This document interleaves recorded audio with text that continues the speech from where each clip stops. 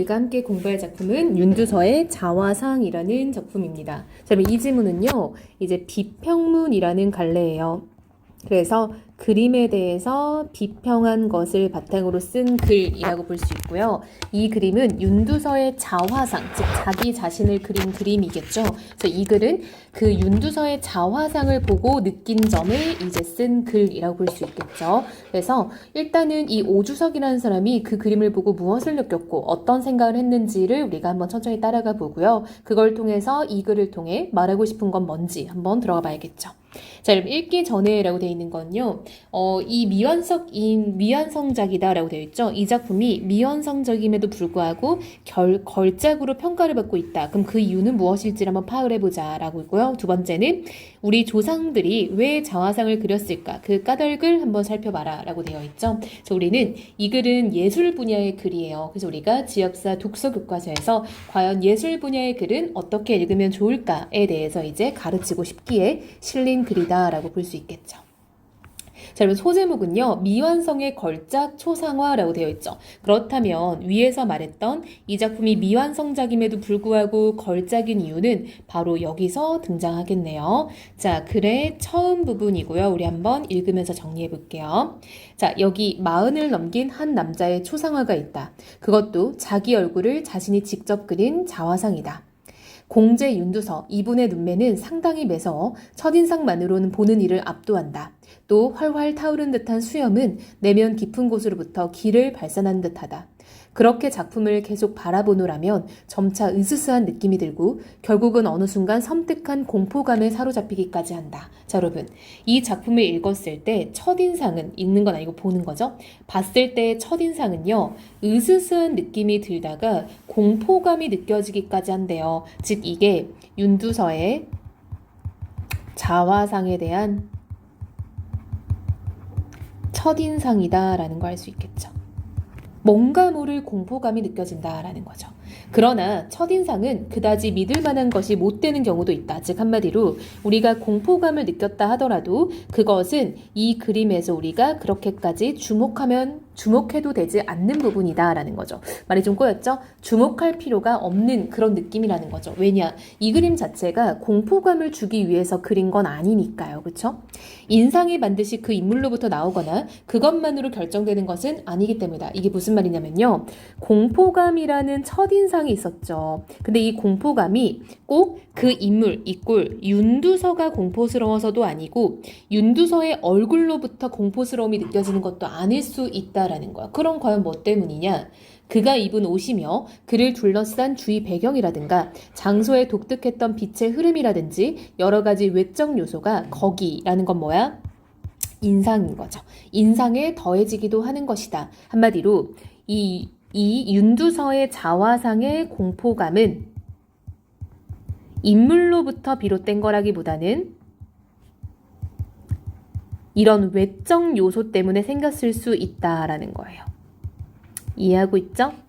자, 그러므로 다시 한번 찬찬히 자화상을 살펴보기로 하자. 아무런 선입견이나 편견을 갖지 않고서 말이다. 인물은 정면상이다. 그러므로 정확한 좌우대칭을 이룬다. 좌우대칭의 정면상은 입체감을 갖기 어렵다. 그러나 여러분, 원래 좌우대칭의 정면상은 입체감을 갖기 어려운데요. 그러나라는 역접이 떴죠. 그럼 이 작품은 입체감이 있다라는 얘기가 들어가야겠죠. 뭐임에도 불구하고 좌우대칭의 정면상임에도 불구하고 얼굴 전체에서 바깥으로 뻗어난 수염이 표정을 화면 위로 떠오르게 한다.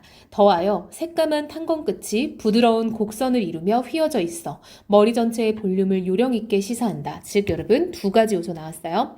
수염이 뭔가 화면 위로 떠오르는 느낌을 주고요. 머리 전체의 볼륨이 뭔가 입체감을 줄 수 있다라는 거죠. 즉 입체감을 갖는 두 가지 이유라고 한다면은 이런 이유라고 볼 수 있겠죠.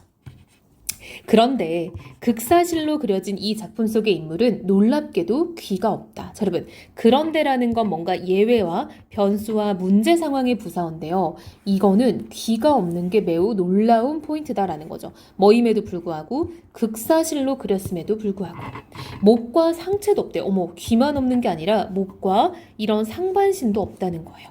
마치 두 줄기 긴 수염만이 기둥인 양 양쪽에서 머리를 떠받들고 있는 것처럼 보인다. 어쩌면 옥에 갇혀 칼을 쓴 인물처럼, 즉 비유적 표현이죠. 머리만 따로 허공에 들려 있는 듯하다. 머리는 화면의 상반부로 치켜 올라갔다. 덩달아 탄건의 윗부분이 잘려져 나갔다. 눈에 가득 보이는 것이라고는 귀가 없는 사실적인 얼굴 표현뿐인데 그 시선은 정면을 뚫어져라 응시하고 있다. 이러한 초상이 무섭지 않다면 그것은 오히려 이상한 일이다. 그쵸, 여러분? 자, 이 좌화성이 공포감을 주는 이유는 바로 뭐다? 이거죠. 상반신도 없고 귀도 없고 목도 없는데 정면을 또렷하게 바라보는 그림이 있는 거야. 무섭죠. 즉 공포감을 조성하는 이유는 바로 이러한 이유 때문일 거다라는 거죠. 윤두서의 자화상은 우리나라 초상화 가운데 최고의 걸작, 불후의 명작이라고 일컬어지며 국보 240호로 지정되어 있다. 그러나 현재 작품에서 보이는 충격적인 회화 효과는 결코 조선시대 사대부들이 추구하던 윤리도덕과 거기에 근거한 당시의 미감과 맞아떨어지는 것이 아니다. 자, 여러분, 이 작품에서 보이는 충격적인 회화 효과는 과연 뭘 말하는 거예요? 그쵸? 이 위에 있는 이 얘기를 말하는 거죠. 귀가 없고 목도 없고 상반신도 없어, 상체도. 근데 시선은 정면을 보고 있어. 이것이 충격적인 회화 효과죠. 그래서 우리가 뭘 느껴요? 공포감을 느끼는 거죠. 근데 이것은 뭐랑 안 맞다? 사대부들이 추구하던 윤리도덕과 그 윤리도덕에 근거한 미감과도 맞아떨어지지 않는데요.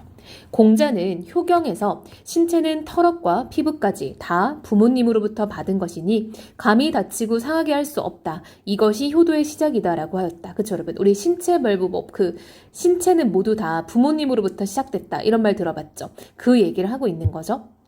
그러므로 귀를 떼어내고 신체를 생략한 그림을 그린다는 것은 도저히 사대부가 할 수 있는 일이 아니다. 한마디로 귀와 이런 목과 상체를 그리지 않는 것은 그것은 당시 유교적 미덕에 맞지 않다라는 거죠. 유교적 윤리도덕 플러스 그걸로 인한 미감과는 맞지 않는, 즉 상충되는 일이다라는 얘기를 하는 거죠.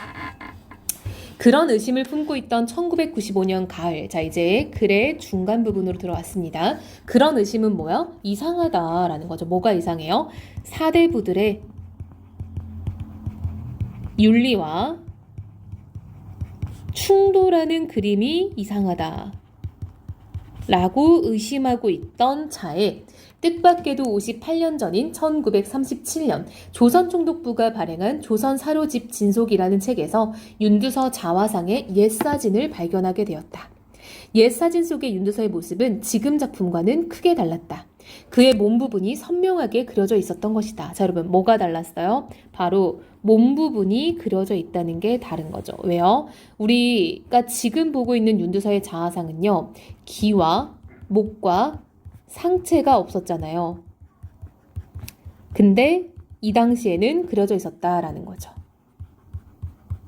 그럼 원래 윤두서의 자화상은 그려져 있었는데 그게 나중에 사라진 거구나 알 수 있죠. 그 결과 현 상태에서 몸 없이 얼굴만 따로 떠있는 거의 충격적이라고 부를 만큼 지나치게 강하기만 하고 날카로기만 했던 자화상 속 윤두서의 인상이 원래는 어지러 보이는 얼굴에 침착하고 단아한 분위기를 띄었다는 사실을 알게 되었다라는 거죠. 자, 여러분, 지금요 이 사람은요 뭘 보게 됐어요? 바로 1995년 가을에 조선 사료집 진속에서 윤두서의 자화상의 사진을 발견하게 됐죠. 그 결과 뭘 알게 됐어요? 아, 원래는 상반신과 귀와 목이 그려져 있구나를 알게 되었던 거죠. 그래서 그 당시엔 어땠다? 원래는 참 어질고 침착하고 단아해 보였다라는 거를 이 책을 통해 알게 됐던 거죠. 책 속의 사진을 통해. 그럼 지금 우리가 윤두서의 자화상이 굉장히 공포스럽다라고 느끼는 이유는 뭐예요? 이러한 상반신이 다 지워져 있었기 때문이다라는 거죠. 그렇다. 이것이 바로 조선의 선비다. 조선 선비라면 어디까지나 원만하게 중용의 미감을 지켜나가야 그 학문인 성리학의 정신과 걸맞다. 여러분, 중용은요, 어딘가 모자라지도 않고 차지도 않은 걸 중용이라고 해요. 한마디로 지금의 그림은, 그쵸? 지금 이 윤두서의 자화상의 그림은 상반신이 없잖아요. 즉 모자라죠. 신체가 덜 그려져 있기 때문에 모자라고, 그러니까 공포스럽다라고 느끼는 거잖아요. 근데 옛날 그림은 그러지 않다라는 거죠.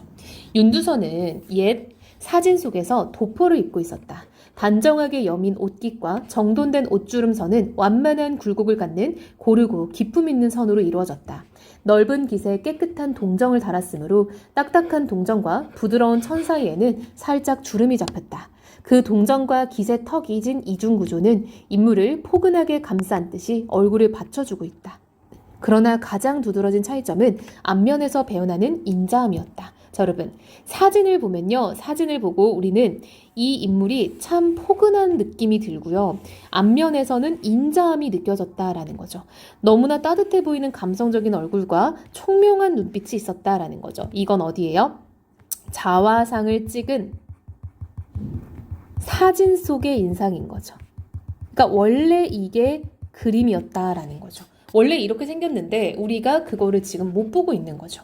원래 있었던 윤두서의 자화상 사진 속에 상반신 윤곽이 어떻게 해서 감쪽같이 없어졌을까? 자, 여러분, 이렇게 의문을 제시함으로써 독자에게 궁금증을 유발하고요, 환기하는 효과가 있죠.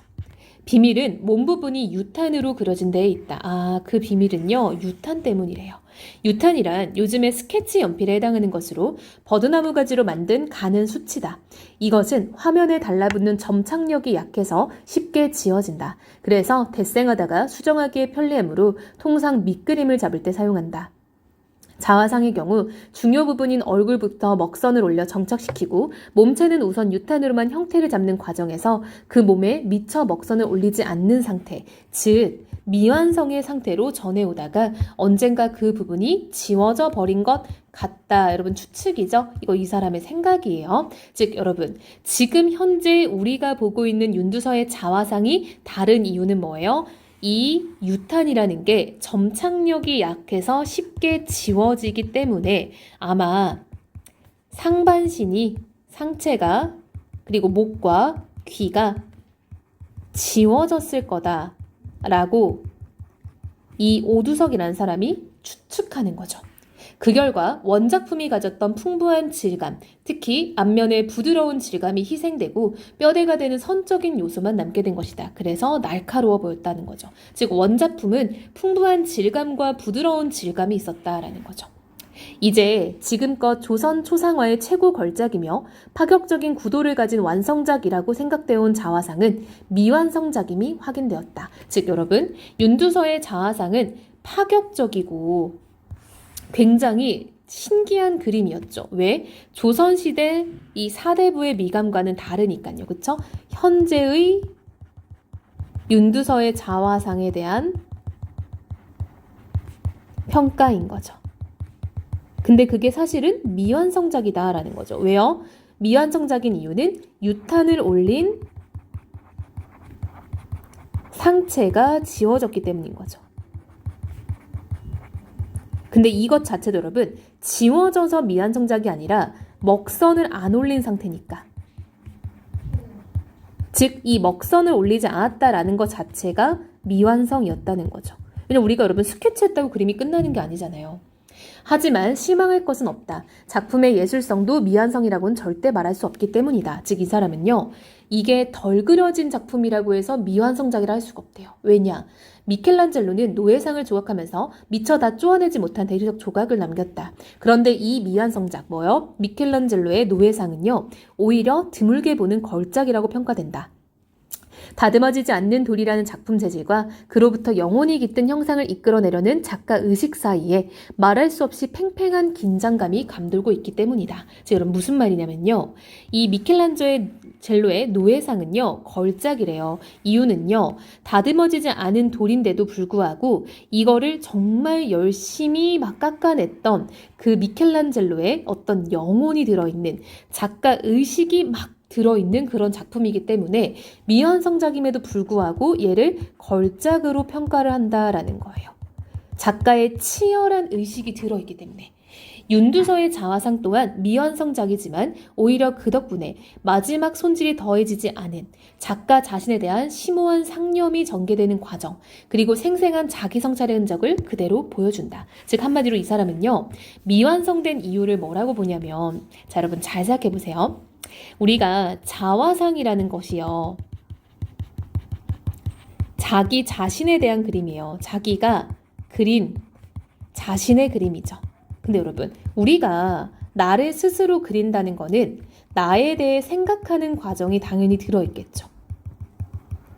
즉, 내가 얼굴이 이렇게 생겼구나, 귀가 이렇게 생겼구나, 이런 거를 생각하면서 그리는 거잖아요. 한마디로 내가 그린 자화상이라는 거는 자아 성찰의 과정이다라고 본다는 거예요.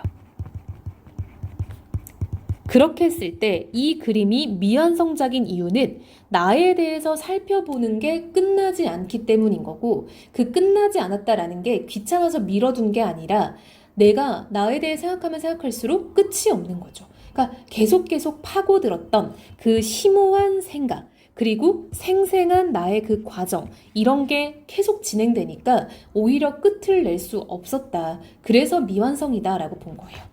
그렇다면 미켈란젤로나 윤두서는 어쩌면 똑같이 미완성작 통해서 더 이상 손댈 수 없는 완전성을 감지하고서 그 이상의 작업을 스스로 포기했던 것일지도 모른다. 즉 한마디로 자기 자신에 대해서 생각하면서 오히려 그림은 끝낼 필요가 없다라는 거를 깨달았을 수 있겠다라는 거예요. 즉 나는 이만하면 됐다, 이 정도면 됐다를 느꼈을지도 모른다라고, 이거는 이 사람의 추측이에요. 그쵸? 실제로 윤두서가 그랬다는 건 아니죠. 그쵸?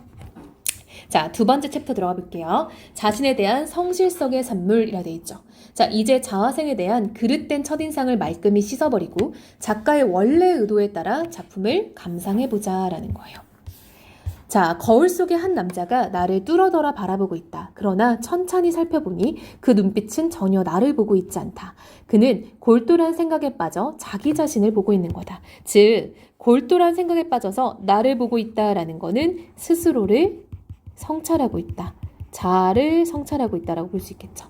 그래서 나는 용케 두 사람의 내밀한 대화 사이로 숨어들어 몰래 엿보기는 하지만 끝끝내 두 사람 간의 침묵의 대화 속에 끼어들 수가 없다. 자, 여러분 잘 보세요. 이 나는요, 필자예요. 이 글을 쓴 사람이에요. 두 사람은 누구냐면 윤두서와 윤두서의 자아를 말하는 거예요. 그 둘 사이의 대화, 침묵의 대화라는 거는 성찰을 말하는 거예요. 내가 끼어들 수가 없다. 그려진 윤두서의 고요함 속으로도, 그린 윤두서의 강한 의지 속으로도 들어갈 수가 없다. 여러분, 그려진 윤두서는 윤두서의 어떤 자아 성찰의 결과죠. 그리고 그리는 윤두서는 그냥 윤두서 그 자체죠. 윤두서가 나지막이 윤두서에게 말을 건넨다. 너는 누구인가? 네가 나인가? 넌 도대체 어떤 사람인가? 자, 여러분, 이 윤두서는 그린 윤두서고요. 이 뒤에 윤두서는 그려진 윤두서겠죠. 여러분, 이거 문제 내기 너무 좋죠? 이 부분은 기억, 니은 해서 문제 무조건 나올 것 같아요. 자, 너는 누구인가? 네가 나인가? 넌 도대체 어떤 사람인가? 이게 바로 뭐야? 스스로에 대한 고민이잖아요. 자아 성찰인 거죠.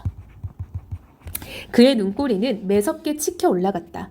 흑백이 분명하고 광채가 나며 혼이 살아있고 위험에 찬 눈이다. 그것은 생명력이다. 자, 여러분 보세요. 지금 이 필자가 윤두서의 눈을 봤더니요, 이 눈꼬리에 대한 감상이 나와요. 자, 그 눈꼬리는요, 생명력이 느껴진대요. 그러나 똑같은 눈이 어딘가 촉촉이 젖은 듯하고 붉은 기운이 배어있어 마치 슬프고 그리고 아픈 사람의 그것과도 같다. 특히 눈 아래 와잠 부분은 지난 세월의 무게로 약간 처져 있다. 그리고 눈 둘레는 거슴츠레한 피곤에 물들어 있다. 그것은 진실함이다 라고 되어 있죠. 자, 여러분, 지금 이 필자는요, 윤두서의 눈에서 생명력을 느끼고요, 슬프고 아픈 사람처럼 느끼기도 한대요. 그쵸? 즉 눈꼴이라기보다는 여기 눈에다가 표시하는 게 더 맞을 것 같다. 그쵸? 눈에 대한 인상이 두 가지가 나왔어요. 그쵸? 자, 그러면서 와잠 부분을 보면요, 뭔가 피곤해 보이기도 하다라고 느꼈대요. 그쵸? 근데 그것은 진실함이라고 느껴지기도 한대요. 그쵸? 그래서 이거는 약간 이 와잠과 이 눈 둘레에서 느껴지는 그런 부분이다라고 볼 수 있겠죠. 그래서 지금 윤두서의 자화상을 보면서 이 사람은 윤두서의 어떤 신체에서 느껴지는 느낌들을 얘기를 하고 있어요. 그래서 이거는 필자의 감상이라고 할 수 있겠죠. 필자가 눈을 통해 느낀 감상. 여기는 필자가 와잠과 눈 둘레에서 느낀 감상, 이렇게 말할 수 있겠죠. 자, 이번에는 눈빛에 대해서 얘기를 하네요. 윤두서의 눈빛은 고요하다. 앞면의 어느 부분보다도 짙은 먹선으로 그려졌고 날카롭게 치켜진 생김새에도 불구하고 그의 눈빛은 침착하기 그지없다. 자, 이번엔 2번은요. 눈빛의 고요함, 눈빛의 침착함에 대한 어떤 필자의 감상이라고 할 수 있겠죠. 즉, 이 부분은 눈빛에 대한 감상이에요. 그것은 평생을 공과 경으로 일관한 삶의 정신이 절로 드러났기 때문이기도 하겠지만 어쩌면 눈꼬리 쪽에 두세 줄씩 잡혀있는 자잘한 눈주름 때문일지도 모른다. 자, 여러분 이 사람은요. 눈빛이 침착하다라고 느낀 이유가 평생을 공과 경으로 살아왔기 때문이다 라고 보는 거예요. 윤두서는 허망한 세월 속에 달라져가는 자신의 모습을 똑바로 바라보고 있다. 그러나 곱게 진 쌍꺼풀이 이채롭다. 그것은 중간쯤에서 풀려나와 눈썹과 평행선을 그렸다. 눈썹은 씩씩하게 치켜 올라간 검미다. 용맹스러운 무사의 그것과 같은 고든 눈썹은 끝으로 갈수록 흐려지고 넓어진다. 강인하면서도 중후한 인상이다. 즉, 이 부분은요, 눈썹에 대한 인상이다 라고 할 수 있겠죠.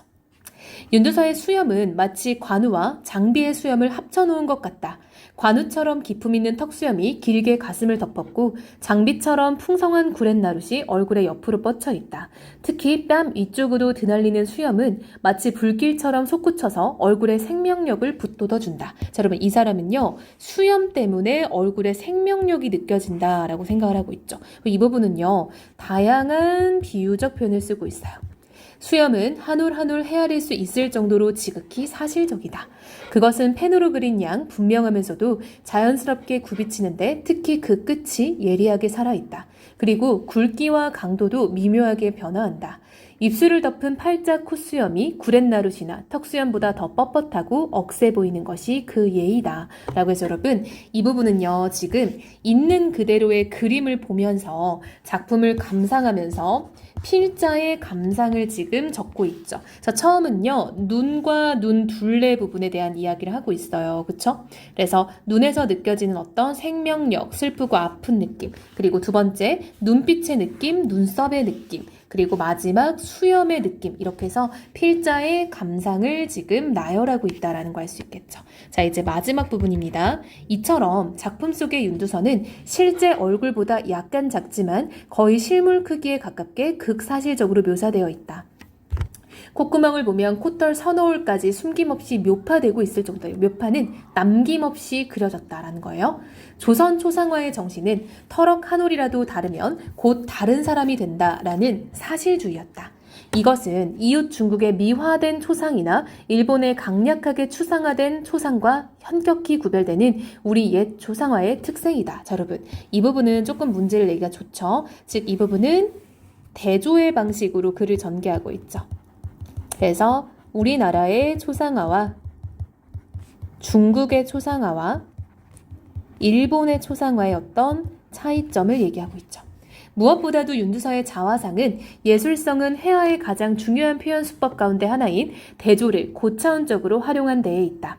작품을 보는 이가 첫눈에는 무섭다 할 만큼 강렬한 인상을 받지만 보면 볼수록 인자하고 부드러우며 고요한 느낌을 갖게 되는 것 또한 그 때문이다. 이는 어쩌면 선비의 학문과 무인의 기량을 함께 추구했던 윤두서의 문무일치 정신이 발현된 데에 기인한 것일 수도 있다. 즉 여러분 이 사람은요. 이 작품이 대조를 활용하고 있다라고 보는데요. 그것이 윤두서의 어떤 문무일치 정신의 발현이다라고 보는 거죠. 그래서 윤두서의 절친했던 이선은 그의 죽음을 이렇게 한탄했다. 오호라, 하늘이 이 세상을 편안케 하고 싶지 않으셨는가? 공을 빼앗아감이 어찌 이다지 빠른가? 이 공은 이제 윤두서를 말하는 거겠죠? 빼앗아갔다라는 건 윤두서의 죽음을 얘기하는 거죠. 하늘은 이미 공에게 재상의 궁량을 주고, 여러분 재상의 궁량은요, 어떤 이 선비의 어떤 학문을 말하는 거죠. 그러면서도 적을 방비할 장수의 재주를 주지 않으셨던가라고 해서 즉 이 윤두서의 절친한 이서는요. 이 윤두서가 문인이자 무인의 기량을 모두 다 가졌다라고 얘기를 하고 있죠. 즉 이서의 이야기를 인용함으로써 뭘 표현하고 싶었어요? 윤두서의 문무의 일치를 말을 하고 싶었던 거죠.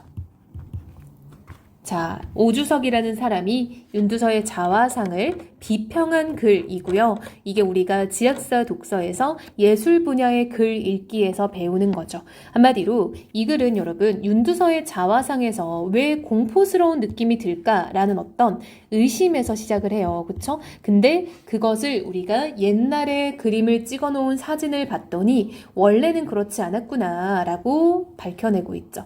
그래서 이 부분은 합리적인 의심과 구체적인 근거를 들어서 글을 전개하고 있다라는 거죠. 그래서 왜 미완성작임에도 불구하고 이 작품을 걸작이라 볼 수 있을까에 대해서도 이야기를 하고 있다라는 거 우리가 알 수 있겠죠. 그래서 우리 친구들이 정리해야 될 거는 이 부분. 이런 부분에 포인트를 맞춰서 글을 정리하고 읽어보면 좀 더 좋겠다라는 거죠. 자, 미완성작임에도 걸작으로 평가받는 이유 다시 한번 볼까요? 치열한 성찰이 담겼기 때문에 라는 거죠. 오히려 그것을 우리가 완성작이다라고 받아들일 수 있다는 거죠. 선인들이 자화상을 그린 까닭은 뭡니까? 자아성찰인 거죠. 자신과의 대화라고 되어 있었어요. 그래서 이 사람은 그 윤두서의 자신과의 대화에 끼어들기가 어려웠다라고 얘기를 합니다. 여러분 또 우리가 부분 이런 걸 좀 주목하면 좋을 것 같아요. 입체감을 가지는 이유 바로 밑에 나와 있죠. 자, 그리고 이 사람이 어떻게 윤두서의 현재 모습과 과거의 모습이 달랐는지를 어떻게 알게 됐다? 이 사진을 통해 알게 됐다. 그리고 또 넘어와서 우리가 이 윤두서의 이 몸 같은 것들이 왜 지어졌을까? 유탄의 점착력이 약해서였다. 이런 것들. 그래서 어떤 것의 결과와 이유 이런 거를 계속 연결시키면서 글을 정리해 나가면 문제 풀 때도 도움이 많이 될 거예요.